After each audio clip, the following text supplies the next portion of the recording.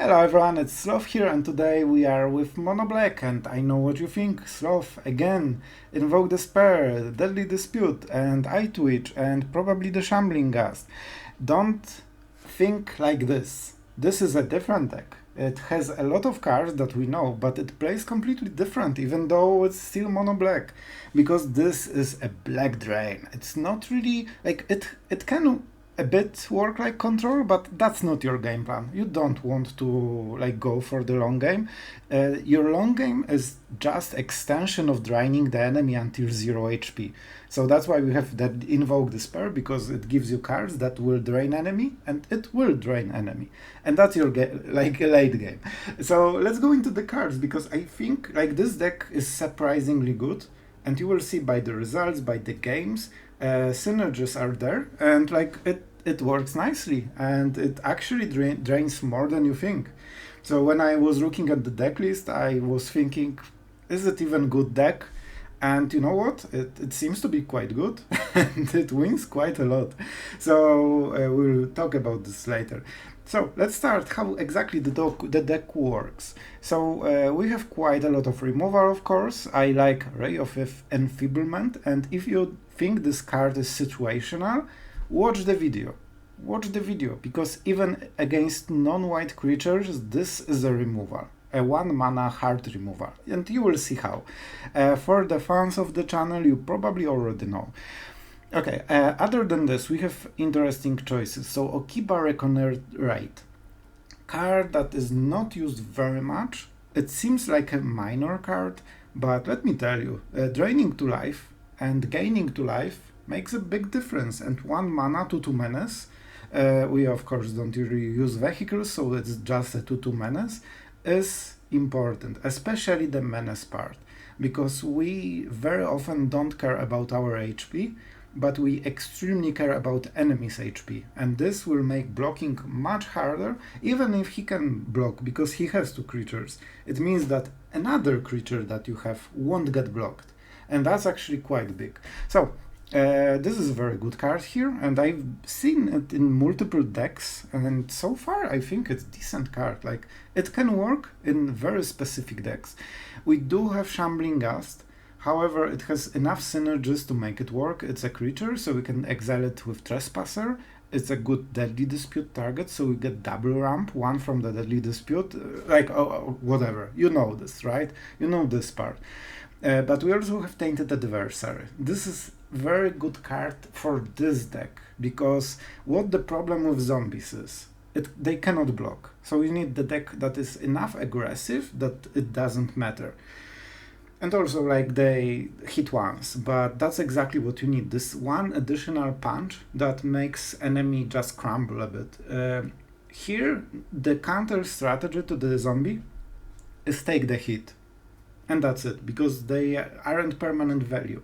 However, we are so aggressive and we drain so much directly that it's not a good strategy to just, tank them and just eat those 4 damage or whatever. Usually you cast this for 5, so it's 2 tokens, so it's 4 extra damage. Like, enemy does not want to lose this HP so much. And this is why it's good, because they then trade for the value. And if they block the zombies, they don't block something else. It really works nicely. As well, it's fodder for the Deadly Dispute, but to be honest, at the stage when you have 5 mana, you want to kill enemy and not draw some cards additionally, most of the time. Tenacious Underdog, extremely important card. It synergizes perfectly. You pay your life to gain cards and damage. And you don't care about your life, you care about enemy life so much. And there's a small mini combo with this card, of course. Meathook Massacre. It basically gives each underdog drain 1 life, or just for attack, whatever you want to call it. So this makes them way more deadly, and this deck draws surprisingly a lot of cards. It means that you will often play 2 underdogs a turn, which means that you will make even more lands, and like, you can put a lot of pressure with this, and this is definitely one of the key cards for the whole deck. Meathook Massacre, we only have 1. We only have 1, but it's hard to make a room for more. Like, we have Eater of Virtue, but this also is important card, because even though it's a one-off, it's not like key card that you want to hit at every matchup, but it gives attack, so it makes every of your creatures stronger. We have a creature with flying, it's Henrika. We have creatures with Death Touch, Tainted Adversary. We have creatures with Menace. Menace is the most important one. So we actually can benefit by quite a lot on top of this +2 attack. So that's also very interesting card. So I did not decide to go for Meathook. Maybe you can make a room. However, Meathook Massacre we use mostly as an enchantment here. Of course, it will win you the game against aggressive decks, but the idea is that it helps draining enemies. So very often you just play it for 2 on top of other creatures. So if you have 4 mana, you go for 1 Underdog, then Meathook Massacre, and for the rest of the game you are draining enemy. That's the point, that's the idea. Trespasser, of course, very good card, but it's even better here, because the draining, especially during the night, is just insane. And believe me, when you drain just 1 life, it does not matter as much. But when you have full deck that is about draining just those little bits of HP from the enemy, every damage counts so much, especially when this goes into night mode. Like, enemy needs to champ block this with whatever, and he still loses 2 life. That's not the place he wants to be in. And especially Invoke Despair is such a heavy hitter late game. Like, you have so much power. Hive is extremely good in this deck, especially like, look how good combination this is. This is a simple 1-drop. At turn 5, you can already activate the Hive, and usually enemy won't have 4 creatures to block both. It means that you get extra damage just for free, and that's very often what you need to close the game. So we also have some tools like Pelakka Predation, Hagra Mauling. They did not come into huge play, so if you don't have those, I think at least partially you can just go for the lands and it won't hurt you too much. But yeah, I think it's good flexibility, especially we have so many basics that we don't get tapped lands very often, so I think it's okay. And yeah, that's the deck. I think about my impressions. I originally didn't really think it's a great deck, and I just started playing with it, and hell man, it's actually working really nicely, and I think it's worth a try. You have probably most of the cards, a lot of them are like uncommons or something like this. Maybe not a lot of them, but probably others you crafted by now. I think the biggest problem is Tainted Adversary. That's the card I wasn't using when I wasn't recording videos, really. So probably you might also not have it. So that's, you know, a moderate craft. It's up to you. Other than this, you have pretty decent cards and you probably have most of them by now. So worth trying, definitely fun, and it seemed like from my experience in playing the games, and you will see, it really deals with the Boros nicely. I don't know how, but it does. I think this one gain life from so many cards just makes a huge difference, and yeah, enemy cannot handle our aggression, which is insane in a way, because you would think that Boros is the more tier 1 aggressive deck. It seems that might not be the case. Yeah. So that's it. If you like the content, if you like this kind of decks and control kinds of decks, don't forget to subscribe. That really helps me. It helps you to get cool decks, so everyone is happy. So why not click this button that you see probably somewhere there. Alright, and that being said, tell me what you think about the deck. I'm enjoying the comments quite a lot, and really thank you for everyone that spent some time to just make those few words even, or if you see some misplay, I'm happy to watch the game and, you know, correct. I also learn while making those videos, so I do appreciate every good advice. So, that being said, thank you and enjoy the video. Alright, we are going first. Pretty good draw. This is definitely a land in this case. That's also a very fishy land, so enemy will know what's up, that we will have a lot of creatures, so this really is telegraphing a lot of things about our deck. And we need a good dock. No, not this one. Anyway, back to the game. Of course, we go for the underdog first. We want it on the battlefield. This has 2 attack, this has 3 attack. This trades better late game, this better smorks. So we obviously go for this one. Maybe we will be able to draw some lands and play Tainted Adversary as a kicker thing, but to be honest we probably won't. I kinda like those sleeves. It's amazing that they actually cared about making animation instead of the lazy one, you know? Crazy. Huh. What would you say? Oh, that was quick. So he has nothing. So he has nothing. I actually think we go like this. He can duar it, but I prefer this than Invoke Despair. Actually, this is even better because that's basically like a counter spell. And holding Deadly Dispute is bad because we want to pressure enemy. So first we want to create a board and then hold the dispute, whatever he targets. And this will hit something at some point. Like, it's not the perfect draw, but you know, we will get there. Ah, another tree. Fading Hope. Interesting. We could just Deadly Dispute and he gets no scry. And I actually kinda like the cards. We want to build into more and more cards. Pelakka Predation. This is a very interesting card. Also the only one we can play right now. You know what? I will do it. Especially we have the swamp, so next turn we can Invoke Despair and we'll know exactly what the enemy can do and cannot do. So weird. So treasure into titans, right? So let's get rid of the treasure, shall we? We need to drain him quite fast because it will be hard to keep up. Okay, that's pretty good. So, man, that's pretty hard. I think this is the play. We need to go. Oh man, like we need to go hard. Okay, I have the idea. Enemy is only at 4. I hope he didn't draw what he needed. Did we play land this turn? We did not. But we won't know if we hit the land until the end step, and then it doesn't matter. So, let's start with this one. That's the play. And let's pay 0.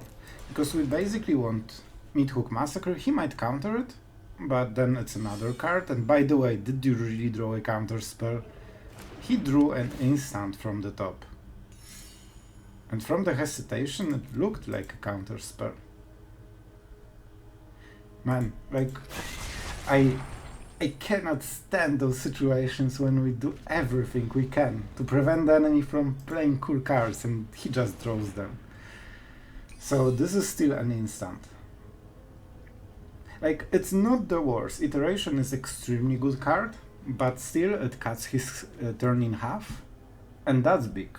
That's actually big, especially because he's behind already. And being able to attack for 1 more damage every turn with the underdog. Generally, like, Blitz has no permanent value. When you play Blitz, the board resets after the attack, so you don't really build up to anything. So that's why we wanted to play this one instead of Blitzing, because this turn we have basically a 0 mana do something, and that's pretty huge. And I think that now we go like this. Because now we can start drawing cards and still have the dispute, and enemy is getting hit by a lot every turn, and I think that's the thing. Okay, we get the card anyway. This dies anyway.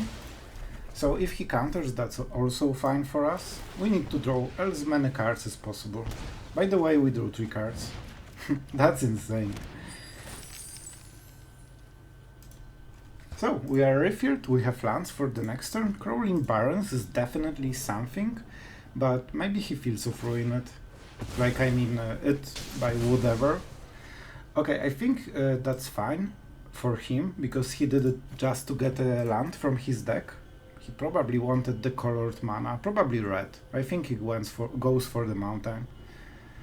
maybe island, but I would go for double red because that's the windfall mana and gold spam mana. It might be a gold spam dragon and that will hurt. This will definitely hurt. Hopefully he doesn't draw a counter spell as well. Okay. Okay. So I really want to go with the underdog. We could also go for Despair. This ramps him, right? He can cast Titan of Industry and we cannot kill him this turn, I think. Can we do it? We have 5 mana. We lack 1 mana to possibly kill him.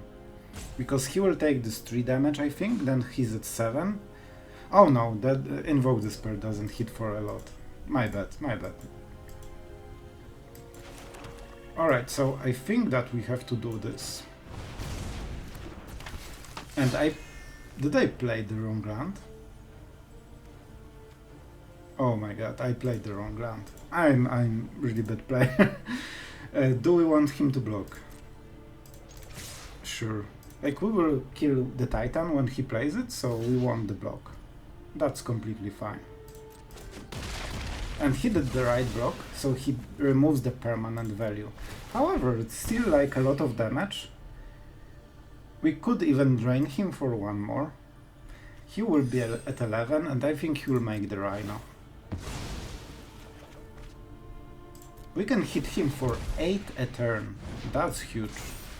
And we also ramp every turn, because we have so many lands and so much card draw. This won't be easy, but we definitely have the means to kill him. And that's what we have to do, right?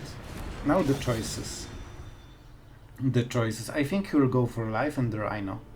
This means we kill Titan and we double underdog.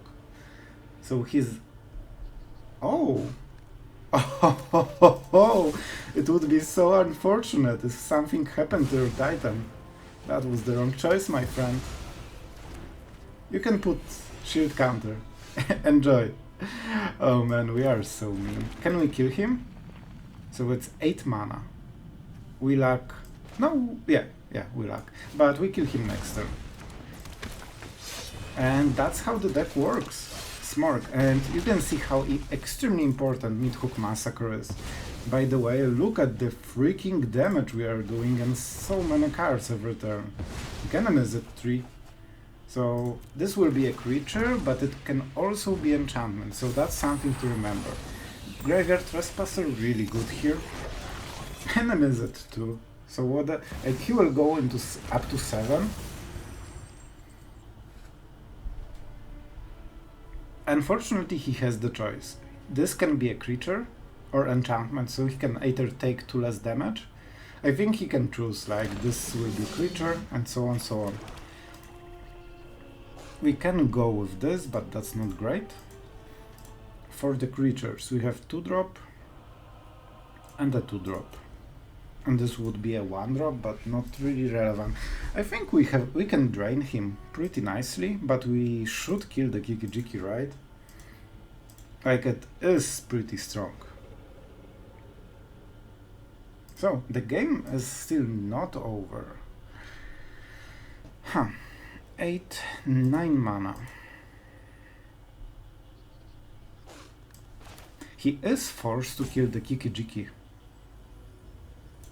So let's start with this, I think. Because this way he cannot copy the Titan, so he cannot go infinite value. And that's a big choice, so let's see what he takes. Okay, good. Good. We also heal a bit, that's also relevant. If we attack, it doesn't change anything, so the correct play will be this. Because we also go into day-night cycle. I will go for Titan, it's more important than the Dragon right now. Because this is something that will be left for the next turn as investment. And next turn then we speed up with double Tenacious Underdog, and even those creatures dying will be enough. Deadly Dispute really makes sure something will die on our side. Him blocking means he kills something. And I think that's all she wrote, I think that's enough. We could also go for the Barons. But why would we, if we can just play like this? Tenacious Underdog. Oh, he has something. He has a combat trick. I think we play like this, because he can have Make Disappear. And do we kill the shaman? It blocks 1 damage, right? So let's go like this. Actually... Okay, actually, can we do it better? Not really. Like, we can gain this mana back, but then we cannot use the Bloodchief first or anything. I think this gives more damage. So, I'm curious. Sure. But what now, my friend? We attack you with everything, definitely. We get rid of the creature, this way we deal more damage. And I think he's dead. I can't believe if he can, like, protect. So that's exile effect, right? Cool. Now you kill 2 creatures. I think the block is wrong. He should block... Yeah, he should block opposite, this way.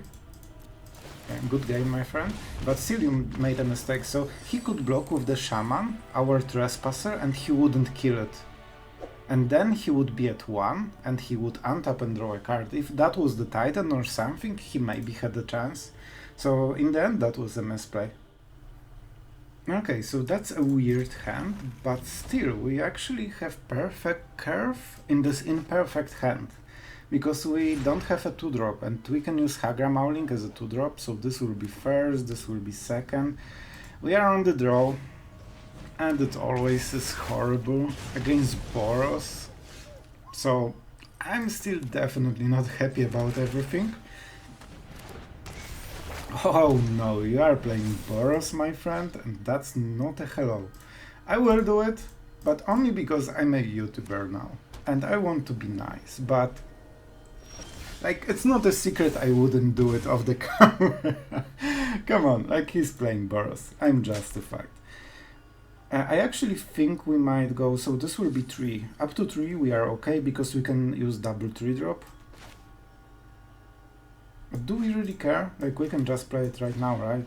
Man, I'm overthinking this so much.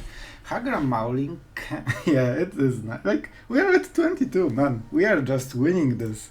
Thank you. He seems to be quite nice guy, in the end. We need to go up to 4. This is a Hagra Mauling. Even though the card is great, we would need 2 lands from the top to make not playing this worth it. And I don't think we can... Like, it will probably happen, don't get me wrong. We will get through that, but that's not the play we should think about, I think. Yes, drain them. You need to drain them so much. Okay, this is definitely the Trespasser. Man, I feel that we are actually in good shape. And with double menace creatures, like, we can deal a lot of damage. And if you want to kill the Trespasser, you know what to do to your precious cards. And then we invoke Despair at some point. So, actually I feel quite good. We just need to hit the 5th land. And maybe even Adversary can be good then. Definitely Meathook Massacre, something we want at some point of this game. And you know what? Like, we are at 21, enemy is at 16, just from the Okiba Reckoner, right? I do like the card. I do like the card. Like, this makes a difference. Instead of enemy being at 20 and we are at 18 or something like this, or even 17, right? Because it deals 1 damage at the enter the battlefield. So, no. Oh, that's so many cards. He will be so upset when we play another one. And that's why we are in the deck. So, we actually have so much life gain in this deck, just by the way. To here, then we have Trespassers, like, man, we are just healing. And here's the rat. We just have more rat rogues. Man, I'm being in the gang of this card. Like, I really am. Let's attack. Unfortunately, he cannot trade, but this, like everything, would be exiled anyway, so that actually doesn't make a huge difference. I could cast this one, but next turn is better, and this little better might be a difference. You did not want to see it, don't you? We do exile this one because he has adversary and he can cast, I think, also sorcery. It's not only instant, I think it's also a sorcery if he pays 3 mana on top of the 2 mana adversary cost. So for 5 mana he could reuse it, and we don't want to see it. Enemy does not seem to be extremely happy about how is it going, and I'm not surprised, right? Oh, look at him. He's also quite cute. Quite. The amount of animations it was given is astounding. And enemy just decided it's enough. And he's tapped out completely. That's interesting choice. So he wants to do it, but to be honest, Raiju is 4-drop. This is just 3-drop. This is a good trade for us. Are you freaking kidding me? Small indie company. I need to restart because we are winning. Alright, and we are going back. Can we win the game that we are winning? Oh man, stuff is happening in the background. Definitely a lot of stuff happening. And we have won. Oh, wow, it's our turn somehow. Great. Like, sure, we can start like this. It does not matter. And this creates so much pressure that we are happy. We are at 17, enemy is at much lower. And I mean much lower. Smork, 6 damage. Maybe adversary was the better choice. Maybe. It is possible it was. But you know what? Enemy needs 2 creatures just to block. Because right now we have a hive. Okay. I like how alternative he is. He could just deal 3 damage, but no. He wants to go for the type. I do like the guy. I think there's some potential, even though he plays the, you know, the deck. Like we know which one. Okay, let's deal some damage. I don't want the hive because we have still the value in our hands, so let's not get stuck with stupid land that attacks for 3. Like, we have way stronger plays than this. And let's see if the enemy wants to hit the damage. This is really good, because whatever he will do, it won't be enough. We don't want to sacrifice anything, because we really like to keep our creatures. And I will pay. And right now, the zombies are also lethal. Have you ever killed BOROS with decayed zombies? If you didn't, this deck can do it. And you can, like, show the domination so much that they will never come to ladder again. Can you imagine you go for the top tier 1 deck and you are getting smorked by Nezumi Road Captain and zombies? I think the deck is worth playing just to have this moment of triumph over BOROS. Oh, it feels good. It feels really good. Okay, that's a very simple hand. Let's see if it works. Green. Green ramp. Okay, so, being taught as player of the mono green, you really hate to see this. Especially that it might be mono green. Simic, still, same. I would not change a thing. Enemy has no counter spells as well. At least not Juwari. However, I do respect him for playing correct land. Man, this looks like one of my decks. Like, really. Those are the best lands, so props to the enemy. Oh no, I cannot attack because he has a 4/4. Smirk. We just showed that we know how cards work. We actually get to drain him even. That's pretty huge. Because it's a creature. So you know, that's extra point of damage. Those things do... Oh no. Our Arch Nemesis. We need to go into the Invoke Despair. Okay, okay. So, what do we do? I think it will be Malakir's Rebirth. Like, he can crew it anyway, right? So we have two ways, but we don't have enough mana. So I think it's... Do we really get anything out of this attack then? Maybe you just attack with Adversary. He might double block, and then we use it. You know what? This actually makes sense. I think. I hope. Maybe. You know what? When... No, he just crews it and blocks for 4. So only Death Touch. Okay, that's a free 2 damage. Easy 15. Especially that we want to play this anyway. Okay, this is fresh run. I might have made a mistake. Because we are not guaranteed to use this next turn. But you know, we will see. We will see. And no point, I think, in exiling this. But we have quite a lot of pressure on the board. Enemy might crew the chariot with the stomper, then make a cat, but then he has very bad blockers and we can remove one of them. Oh, you don't like thinking, my friend.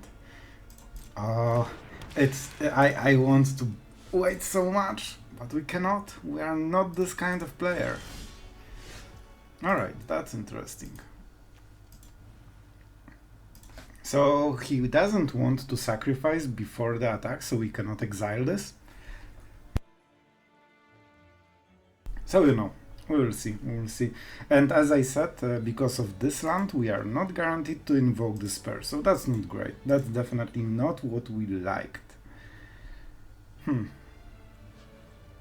I think we go with big attack and see what's up. Nope. We will exile the creature next turn, so I don't think it super matters. And now let's see the blockers. And I am person that will use the Rebirth, if I have to. Okay, that's interesting one. So this got double blocked. Okay, sure. I actually don't mind it. So I don't really think it makes any difference which one we take. So let's save this one. I wish I had one more mana. We would Bloodchief first the Chariot then. But this way he won't have any tokens, so Chariot won't be copying anything. Alright, that's interesting. Okay, that's definitely not what I expected, especially that I've seen no Jewelry before, so I did not expect the counter spells. However, we can kill the Chariot if we care. I'm not sure if we care as much. Like, I think we do. Like, Chariot is so good. And he can crew it quite easily. So, you know, 2 for 1, but it's a Chariot, so that's actually the best rate of the Magic the Gathering. Enemy has 3 cards, but we have Invoke Despair. Okay. Okay, I see. I see the situation. And the situation is not exactly perfect. We want to play it later, so he needs to think about stuff. Do we attack? Like, he just blocks with the Serpent, I guess, but... what can you really do? Actually, he does... yeah, it's the same. But this way, like, we get damage. He is at 6 effectively, and he cannot kill us, I think. 10, 15? Okay, he can kill us.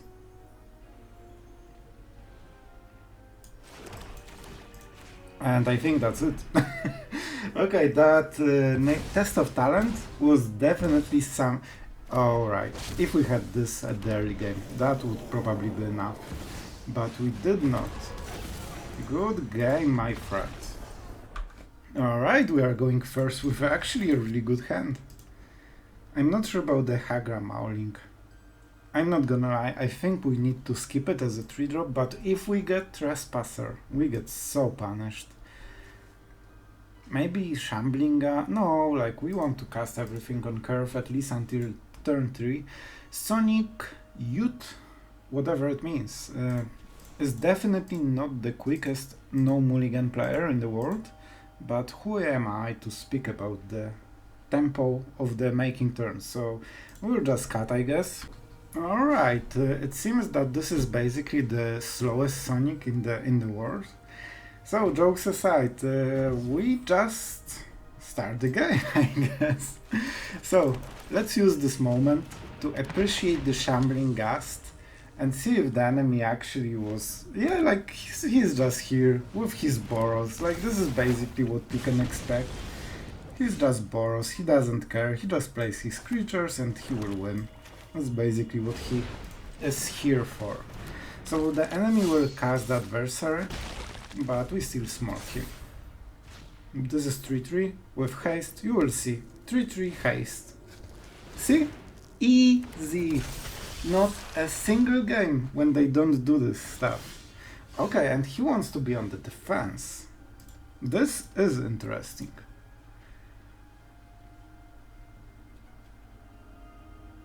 We don't have untapped land. However, let's see how he trades. So he wants to ramp us. And I will say okay to this. I can draw some cards. I don't mind. This will be hard. And we didn't draw any land.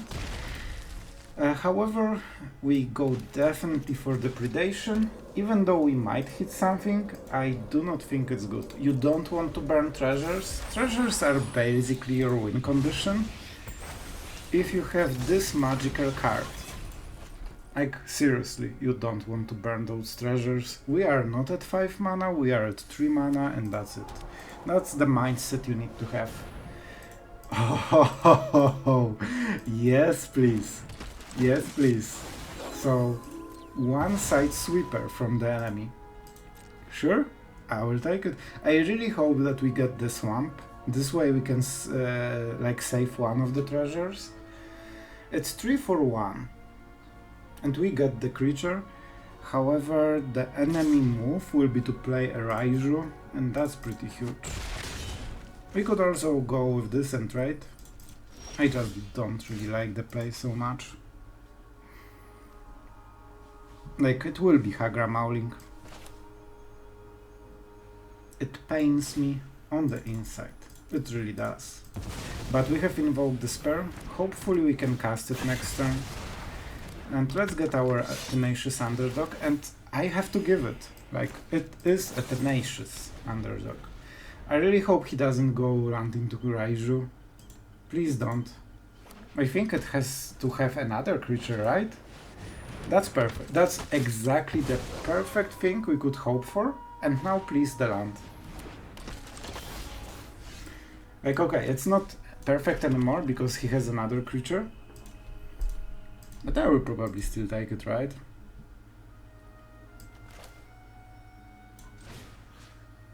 Oh, but now he can cast Raiju. Okay, that's something to consider, definitely. Huh. What is the good turn? So let's think. He casts Raiju.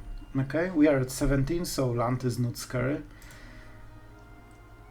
He sacrifices this one. He doesn't flip into nighttime. Raiju comes here, he attacks with Qatar, but we can kill easily the Qatar with the counter. And then we cast Tainted Adversary and we have a lot of cards. So I still think that's okay. And with Meathook Massacre, I think we are winning this quite easily. Like, I think we are winning hard so far. Yep, and it means that we get the land, but Chief First is actually decent draw. I'm not sure if it's perfect, but it's definitely decent, because in the end it's just a removal. We prefer instant removal, but you know. Okay, if that's your play, like, we have a lot of HP and we will have more. So, maybe he wanted to switch. Like, maybe? Maybe. So what is the play? What is the play? That's a good question. This is also red now. I would prefer to not pay the ward cost, but do we really want to waste both adversaries? Like, we cannot... Yeah, we need one more land to do everything. So basically we can go this with kicker and this, and then it flips. But then we don't really have great stuff, right? We cannot block with the zombies.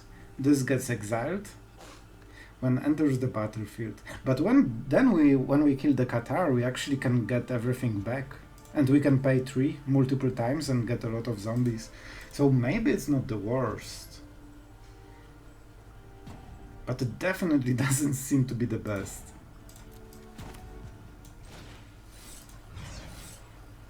I kinda hate it, but I will do it. We get the life back from the Meathook, so I think it's okay. Of course, this is situational and enemy doesn't have any white creatures anymore, but I think that's okay, you know? I think that's okay, and this is removal even on the red cards. If you watch the previous videos, you know why. Because this gives -4, so it means he expects a trade, but it won't be a trade. Yep. Can he put the counter on Raiju? I should probably know this by now. Yep. And he does. Little did he know. We knew about all of this. Because we are the master of Ray of Enfeeblement. And see, it was still a removal even then when the creature is not white. And that's why we like it so much. Death Touch is really good. I should probably attack first, but I don't care. And this way we create a lot of pressure. Like, enemy might have Brutal Qatar, but he only has 1 card. If he activates this and attacks, like, we don't care. We just kill him next turn, right? That's even weirder choice. So, okay, enjoy 3 damage, and I think he's dead, right? He blocks this one. 5, 9 damage. Bro, do you even count? Like, Boros players, man, the math is just too hard.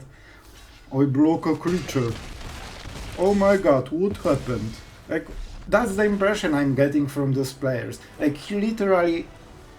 That was his game plan. He attacked with cave. With the cave. What was the plan here with 1 mana? We had even more, like we had Adversary and 1 direct damage, but it doesn't matter when you play Boros, they just more cards and hope for the best, like Mythic Boros. I'm speechless, as you can see.